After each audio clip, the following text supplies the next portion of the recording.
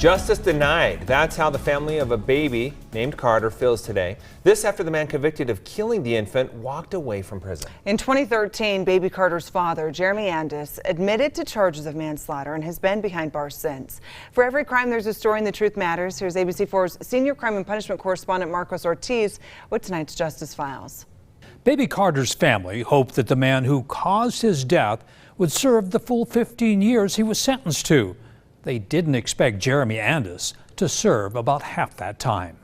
We do not feel that justice was served for my nephew. It's really unfortunate that these children, like my nephew, really didn't have a voice. His family, us, were his voice. In 2011, baby Carter's life comes to an end at the hands of his father, Jeremy Andis. Prosecutors claim there's a history of child abuse. 2 years later, Andis accepts charges of manslaughter in a plea bargain with the Salt Lake County Attorney's Office. He gets up to 15 years in prison for the second-degree felony. But under Utah law, it's up to the Board of Pardons to decide if he'll serve the full sentence. In May, Andis becomes eligible for parole and appears before a hearing officer. It's just like a normal day at first, and then I was there and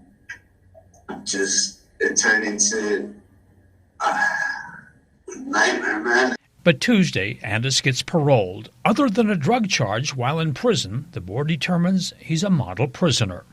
Baby Carter's family feels his young life is meaningless to those in charge. It was just taken as nothing. Jeremy gets to get out.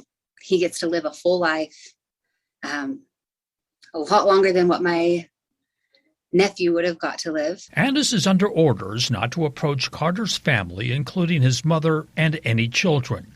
But Suarez says her sister, Carter's mother, is victimized again by Andis's release from prison. She still fears him and decides to move to a place only her family knows. I don't think it's fair that my sister had to uproot her whole entire life, move away from her whole entire family in fear of him. It's not fair. Once again, the Board of Pardons has discretion as to how long one will have to serve, as long as it's within the guidelines set by the judge. The board decided the drug possession charge was a one-time event and came to the conclusion Andis is no longer a threat to society. Obviously, baby Carter's family doesn't agree with that.